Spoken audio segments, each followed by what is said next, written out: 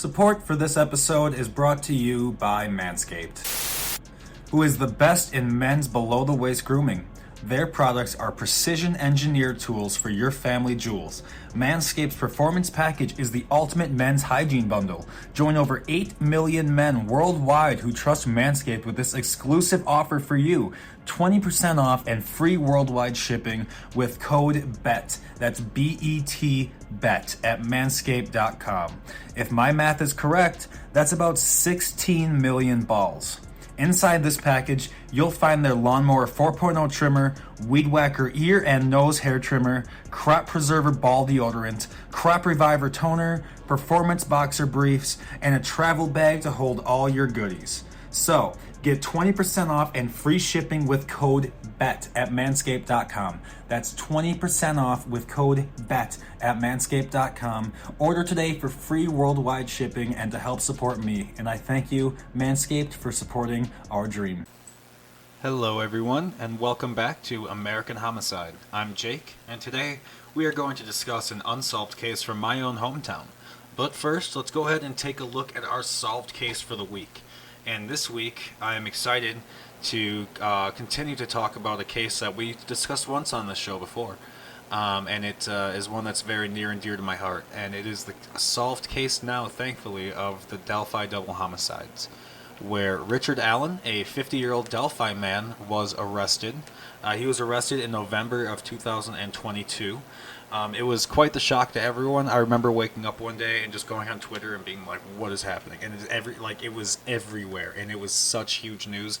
And the joy, the overwhelming feel of just like euphoria, like it's over. Like, thank, this guy is caught, and the dude. I mean, it was one of those cases that it just really struck me. I remember when I first talked about it back in 2017. And it was like a fresh thing at the time, you know, and it was like a long 5-6 years of this, you know. So I'm very glad that it's over. The thing that I just want to talk about here is that some of the unsealed evidence, you know, Allen places himself at the scene. Abby and Libby, who were best friends in the 8th grade, just to recap a little, were on a hiking trail in rural Delphi when they were killed in February of 2017. Allen, a 50-year-old Delphi man, was arrested in November of 2022. He is charged with 2 counts of murder and has entered a not guilty plea. Okay, he lived in the town nearby. He was nearby where the crime actually happened. There's photos of him at a bar with his wanted poster behind him. Pretty crazy. And then when you see a picture of him, it's like it's unbelievable how similar he looks to a merge of 2 of the composites together. It's like this is the guy. And if you look at him, he almost looks like the guy on the bridge. He looks like Bridge Guy. It's unbelievable. In October 13th of 2022, so like right before he got arrested, in an interview, Allen told police he saw the juvenile girls walking on the trails east of the Freedom Bridge, and said he went on to Monon High Bridge near where the girls were killed. So he put himself there. So, you know, again, Allen admitted to the police that he was on the trail, but denied knowing victim 1 or victim 2, Abby and Libby, and denied any involvement in their murders, according to the police affidavit. Allen has been consistent in his police interviews over the years. Former FBI agent and ABC News contributor Brad Garrett said that he put himself at the scene on the bridge. But Garrett said he doesn't understand let me rephrase. Garrett said that he does not understand how it took so long for an arrest to occur. In a small town, quote, in a small town, in a place where a small amount of traffic on this abandoned railroad bridge, your suspect pool is fairly small, Garrett said. So police likely concentrated their investigation on Delphi and the surrounding communities, end quote. Allen's gun was also linked to the crime scene. According to a video recovered from one of the victims' phones, Abby or Libby mentioned gun as a man approached them. The probable cause affidavit mentioned that a .40 caliber unspent round was found less than 2 feet away from one of the girls' bodies, and that an unspent round went through a gun that Allen owns, according to a probable cause affidavit. Garrett explained that an unspent bullet is one of the things an unspent bullet is one that has the casing and the projectile still together. Unquote. To get that done, he said one of two things happens. One, someone tries to fire the gun, but it's a faulty bullet and doesn't fire, or two, the gun is jammed, which Garrett said is very common. During a search of Allen's home on October 13th, 2022, officers found knives and guns, including a Sig Sauer model P226, a .40 caliber pistol, the probable cause affidavit said. Indiana State's police analysis of the gun determined an unspent round located within 2 feet of the victims had been cycled through Richard M. Gallen's Sig Sauer model P226. So basically, the gun was there. He was there on the bridge. He put himself there, and then the police were able to gather through the search that the weapon or the round found at the scene that was unspent was physically cycled through the weapon that this man had in his house. So it's hard for that to occur. And people wondering, a lot of crime fans probably know, but for those who don't, each weapon has its very own individual, just for manufacturing. It's not like it's intentional. It's just manufacturing differences in how the gun's casted, how it's molded, how it's put together, screw marks, scratch marks, everything. The way that gun is produced makes an impression on the bullet that goes through it. And so you can line those up almost perfectly. Like if you've ever seen a TV show, it's pretty similar to that, except for it's not as like high tech, and there's not like a giant room with a super hot chick like NCIS who's in the back room just I broke into the mainframe. It took me like 1 second. Like that's not how it goes. It's a little different than that. But the fact that they can do that is pretty astonishing to me. Despite the mention of the gun, it's not clear if Abby and Libby died from gunshot wounds. Police still have not released their cause of death, and that's honestly probably a good thing. That needs to stay at least until court is over, because that's one of the key things that they can have against him is having information that isn't public knowledge that only the perpetrator and obviously the police now know. So that is the Delphi murders case that I'm very thrilled is wrapped up.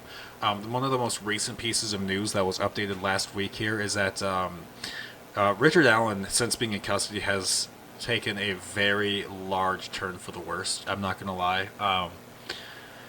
His physical and mental health has strongly deteriorated. It's WLFI News out of West Lafayette, I believe it is. I can't be too sure. Channel 18 News. It's on their website. It shows that attorneys are concerned for the Delphi double homicide suspect physical and mental health. These pictures of him are pretty stunning. I don't want to share it, and I don't want to get copyright struck for sharing their images, but he looks like he is barely the same person. I mean, he lost tons of weight from what it looks like. His skin is incredibly pale. He looks like he's like brittle, He looks like he's in very rough shape. And here's the situation on it is you have to understand, I am not happy with who this individual is, nor with the choices he chose to make if he is found guilty on these charges. The thing is, in this country, everyone is found innocent until proven guilty, period. No matter how much I want this man to rot for the rest of his life, if he's found guilty on this, and in my opinion, he looks just like, I already mentioned earlier, I think everyone is fully aware of the unsettling way that he went about his life, unfortunately. But we as a society do not treat those who do bad things equally as bad. We don't do that. We rise above and we treat people with dignity and respect. And that is why we have a society that works and that has a very strong, thriving communities around, because we know that the rule of law does work here. And, especially in recent times, it might seem like it's not, and there's, sometimes things get blown up on the internet, and it seems like things are worse than they are, but the reality is this is a country of law and order, and we just need to treat those who we incarcerate with the dignity and respect of a human being. We need to. So, again, I don't agree with the way that he's being treated. However much I wish that this man would I don't want to say don't want to get too graphic, but I'm not a fan of this gentleman, as I'm sure none of you are either. But we do need to have enough respect for ourselves to know that we're better than this, and we can treat people better than this. And I hate bringing up Bible quotes, but one of my favorite quotes in the Bible is when it says Judas 8:2. Judas is the person who turned on Jesus at the right before the final dinner, and Jesus knew that Judas betrayed him at the dinner and still fed him, because it's not about who Judas is, it's about who Jesus was. And I think this is similar about this. This isn't about who he is, this is about who we are. And I think that we can do better at treating people with dignity and respect while we have them incarcerated. That's my 2 cents on that, and I will leave it at that. So that is our solved case of the week. One that I want to talk about now is one from my hometown. This is the unsolved case of Laurie Jean Depies. Now, this is a case I remember seeing, because this happened 2 years before I was born in my hometown, but there's still billboards, I believe, up of it. This happened in Menasha, Wisconsin, which is my hometown. I know a lot of people think that I'm from Appleton because I say it. Appleton's just like the nearest big city. This is like the town that I'm from. So Laurie just disappeared in 1992. I'm going to go ahead and just read from her father here. Her father says that Mark says that he remembers Laurie's endearing qualities, including her easygoing nature and her sense of adventure. She was spontaneous, he said. That was Laurie. I've accepted that she's dead, but the fact remains, what happened? Friends say she was fun to be around, enjoyed working with people, and was very strong-willed. Depies was seen entering her gray 1984 Volkswagen Bug and Volkswagen Rabbit Volkswagen Rabbit. I'm not sure what the difference is. At the Fox River Mall in Grand Chute, Wisconsin, which I spent a lot of my childhood at, which is kind of creepy. At approximately 10 p.m. on August 19th, 1992, she apparently arrived at her boyfriend's apartment complex at the 300 block of West Wilson Avenue in Menasha, Wisconsin, between approximately 10 and 10:30. Now, the fact that it says she apparently arrived means that I'm guessing that it's just his word saying that she was there, which doesn't really mean a whole lot to me. Depies' boyfriend had been waiting in his apartment with his sister and a friend. They heard her car pull into the lot and went looking for her when she did not arrive at the apartment. They found her locked vehicle in the complex parking lot, but no sign of her. Eventually, they notified police. A styrofoam cup was found on the hood of Depies' car, but there was no other signs of her at the scene. No one saw her walk away from the parking lot or get into anyone else's car. Her overnight bag and purse were left inside of her vehicles. There are a few clues in Depies' case. However, authorities believe she was taken by someone she knew, as it was very uncharacteristic of Depies to willingly get into a car with a stranger, and there is no indication that she was forcibly kidnapped. They think she might have gone willingly with someone she trusted and was harmed afterwards. The cup on the hood of her car had an unidentified thumbprint on it, which police believe may have been from the abduction suspect. Judging from the size of the print, it was probably, although not definitely, from a man. So it was probably from a man. Not definitely from a man, but probably. Okay. In 2010, Larry Dwayne Hall confessed to kidnapping and killing Depies. He is currently serving a life sentence in North Carolina for killing 15-year-old Jessica Roach, whose body was found in an Indiana cornfield in '93.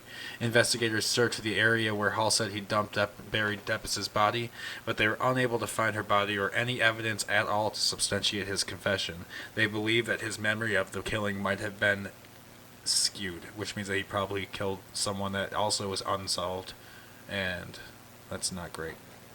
No arrests have been made in Depies' disappearance, and her case remains unsolved. There has been no activity on her bank accounts and no activity through her social security number since she went missing. So it looks like there are still flowers being left to this day for Miss Depies. I feel bad for her. She was currently buried now at St. Mary's Cemetery in Chilton in Calumet County, Wisconsin, and that's here in the United States. This is something that it's right near my house. It's right near my hometown. That TV show Making a Murderer that happened near my hometown. when I got up and got away, it's you kind of realize that some shady things went down back there. I'm thankful that it's a lot better than it used to be. Visiting it seems like a new city. It seems like a new town. It seems brighter. It seems like everyone's kind of happier. The economic situation has turned around back there, so I'm happy for them to see that things are turning around back there, and I just hope that we can find a resolution for the Depies family. Again, thank you all for tuning in to this week's episode of American Homicide with Jake Ryder. I'm Jake, and again, we will see you next week. If you were a fan of what you heard here today, please subscribe, download, and/or rate the show. We do appreciate the feedback.